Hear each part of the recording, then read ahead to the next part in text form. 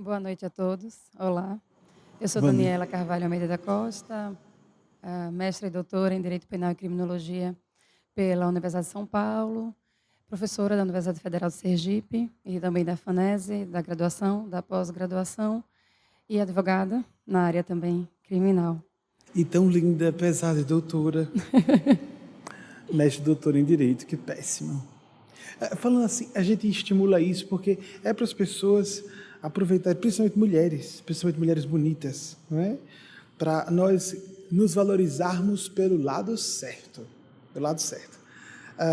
O nosso diretor de estatística estava falando que o nosso grupo de mediúnicas, que tem um pouco menos de 250 pessoas, tem um percentual de mais de 80% de pessoas com nível superior, enquanto o Canadá, não é isso mesmo, Carlos Araújo, o Canadá 55,2%, e aqui é mais de 80% de pessoas com instrução superior ou mais que isso. Muita gente tola que gosta de me ouvir, né? Muita gente fácil de ser enganada, e é interessante. No mínimo, nível superior, porque tem esses com mais títulos como Daniela. Porque fica difícil, não é? Com o tempo, a massa. É claro que a gente boba e estúpida em todas as áreas, com ou sem título. Mas à medida que a pessoa vai se instruindo, fica mais difícil, não é? Ela ser tapeada, seduzida, não é? E não que não haja ambientes decentes e ilustrados com percentuais diferentes de instrução, sem dúvida. Mas dizer que é um grupo de pessoas enganadas ou iludidas, eu acho um pouquinho forçado, não é? Querer tapar o sol com a peneira. É muito bom a gente querer estar com a razão a todo custo, ainda que negue a realidade. É mais fácil. Pois não, Dani? Então, a pergunta vem de Gabriele Mendes, Blumenau, Santa Catarina. Pergunta: como saber se ao fazermos atos de caridade estamos sendo genuínos ou simplesmente alimentando nosso ego com o prazer de ajudar outro ser em sofrimento? O curioso é que houve uma tendência dominante no meio da psicanálise de dizer que o ser humano é basicamente perverso e que as pessoas só eram civilizadas circunstancialmente. E que se houvesse uma pressão tal que as pessoas não estivessem com suas necessidades básicas atendidas, elas mostrariam quem realmente eram. Aí aconteceram os campos de concentração nazistas. E eis que em Auschwitz e em outros campos, nós temos registros inúmeros de atos de grandeza, de solidariedade, em crises, em hecatombes. Por exemplo, a gente viu quando aconteceu Katrina nos Estados Unidos, há alguns anos, o noticiário, vocês sabem que os noticiários, com todo respeito a um bom jornalismo, os noticiários são um show, não um espetáculo, é da audiência, eles controlam na hora. Aumenta mais, etc. Me surpreendi muito quando eu li essa orientação, mais sangue, pedindo para os jornalistas botarem a edição do jornal, do telejornal, mais sangue, mais violência. Então nós vimos no noticiário internacional saques, descontrole nas ruas, e simplesmente quem estava lá acompanhou. Não foi o que aconteceu. Houve atos de generosidade, de solidariedade. De uma forma geral, as pessoas estavam se ajudando. Somos seres, como disse Aristóteles, gregários. E à medida que surge uma crise grande, as pessoas dão as mãos, ficam mais unidas. Não ficam. É claro que pessoas com temperamento bestial vão soltar a sua besta interior. Que todos temos percentuais de malevolência, temos. Mas eu quero dizer, quem é mais primitivo, mais perverso, vai liberar isso sempre que haja oportunidade. E uma catástrofe, sem dúvida, é uma excelente oportunidade da pessoa mostrar o que não presta em si. Mas a tendência é que haja solidariedade entre os seres humanos. Uma das características do nosso cérebro que distingue mais, até em primatas superiores, mas em seres humanos basicamente, são os chamados neurônios espelho. Acho que já citei há alguns anos aqui para vocês, é muito conhecido isso, a imprensa fala com frequência para quem acompanha. Os neurônios espelho nos dão o sentimento de empatia. Empatia é universal. Depois de empatia, com refinamento, a gente sente compaixão, que é algo mais avançado que empatia. Que a gente se preocupar, se mobilizar para expandir o bem na direção da pessoa que por quem primeiro sentimos empatia. E as pesquisas últimas a que eu tive acesso, com documentários em vídeo, inclusive, foi de crianças, primeiro com 18 meses, depois com 6 meses e depois com 3, acompanhando apenas os pesquisadores, acompanhavam apenas os olhos das crianças. As crianças sendo, primeiro, empáticas, que isso é o básico, empatia. Sofrer com o outro. A compaixão já é um refinamento. Falando de compaixão, algumas pessoas colocam uma coisa como outra e não é exatamente.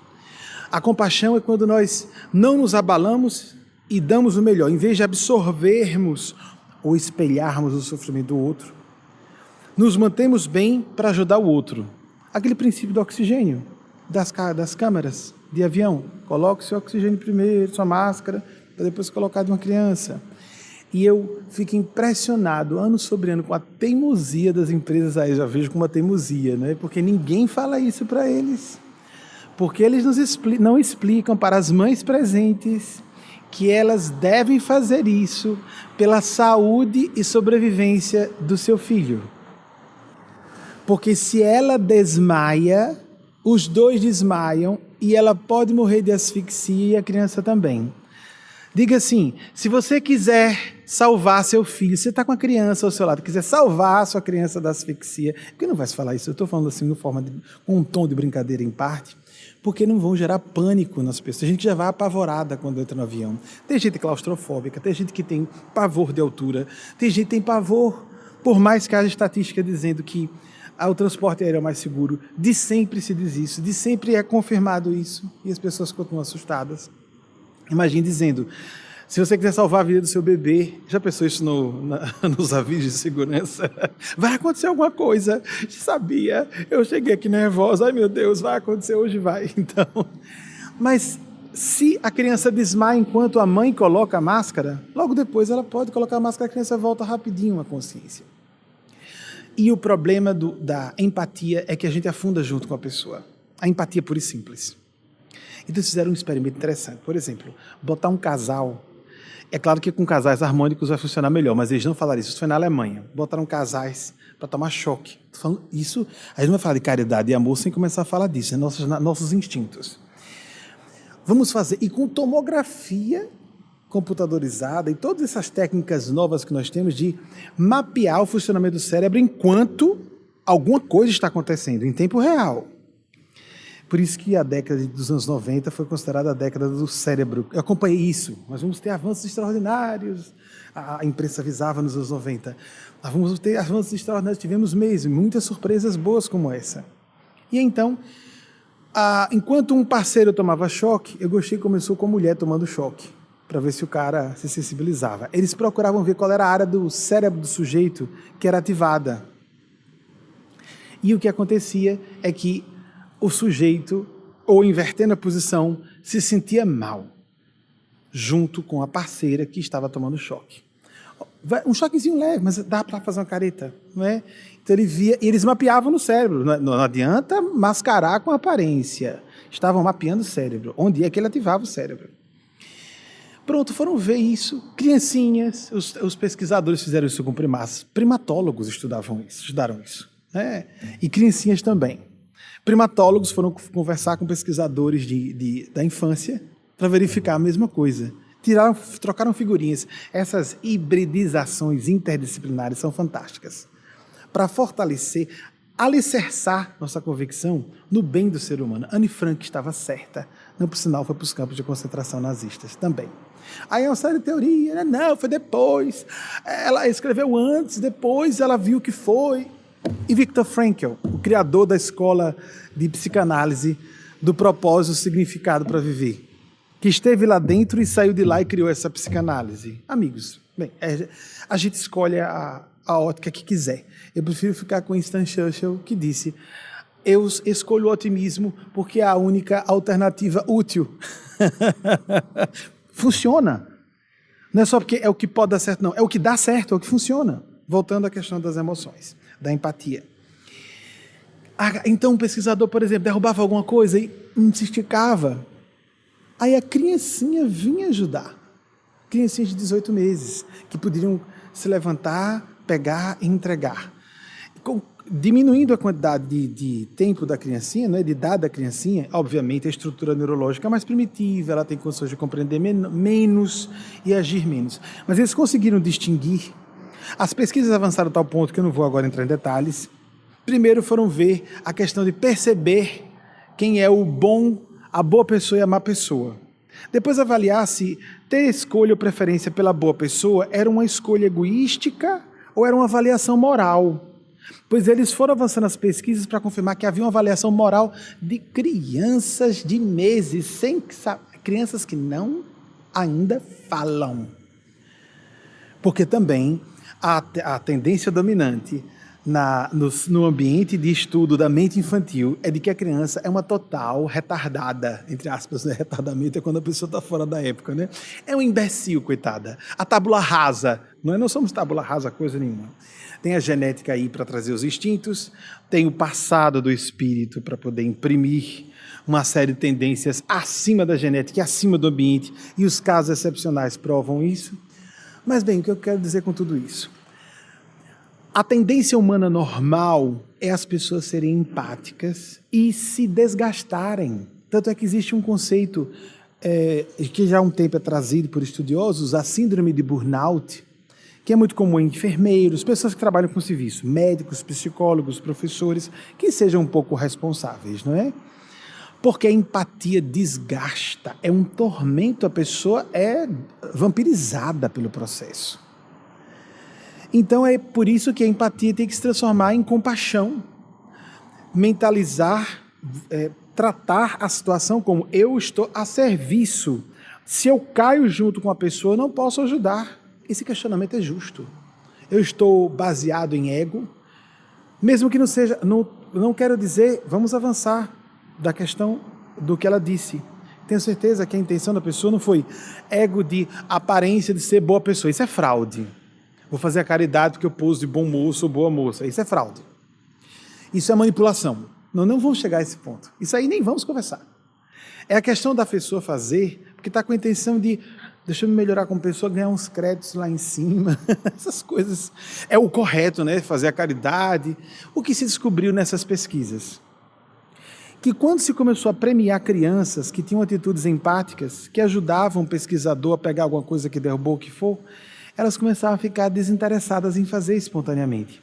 E o que acontece na nossa cultura, de uma forma geral, a maior parte das pessoas tem vergonha de ter impulsos solidários e espontâneos para não ser mal interpretada. Vai pensar que eu estou com alguma intenção escondida. É melhor, fique na sua, fique quieto, fique calado. Para que se movimentar? Para que tomar iniciativa? O que é que você tem a ganhar com isso? A cultura nos envenena. A cultura ainda nos faz muito mal.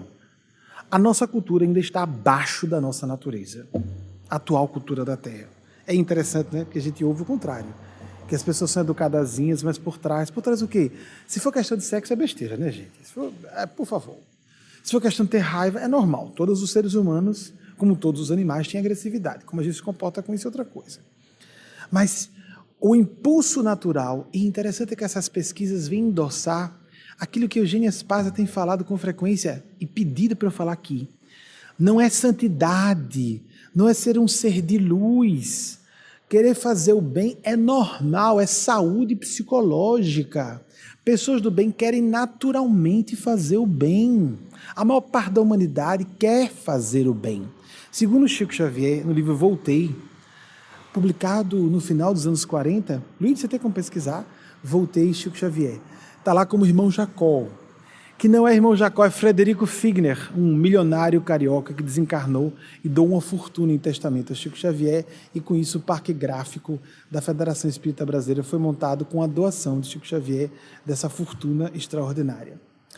Pergunte no que isso deu. Eu não vou comentar mais nada.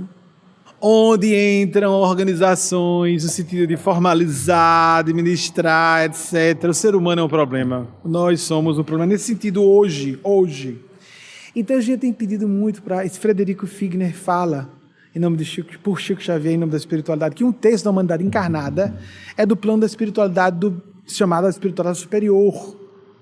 A gente acha estranho, porque quando fala espírito superior, pensa em Espírito Santo, como Chico Xavier, não é? Vamos usar a expressão que os Espíritos dizem, espiritualidade do bem. Nós somos do bem.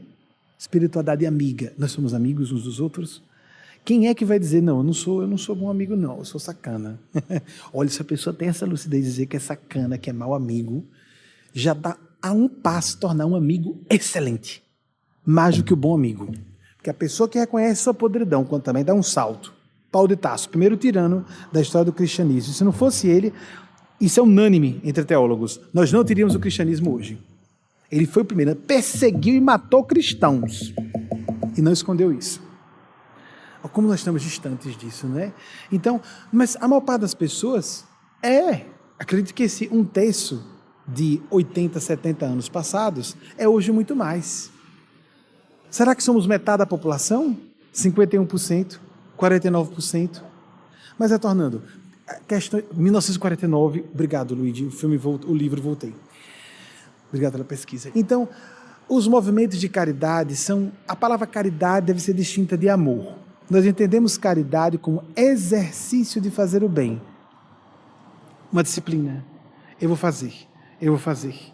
Para ver se entra, para ver se eu me acostumo. Procurando sentir junto o amor, a piedade, a misericórdia tem a ver com compaixão. Está além da compaixão.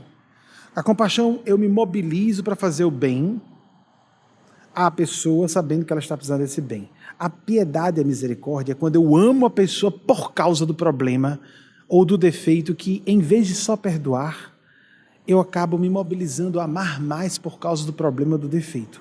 Isso está muito longe das patologias, por exemplo, como o do masoquismo.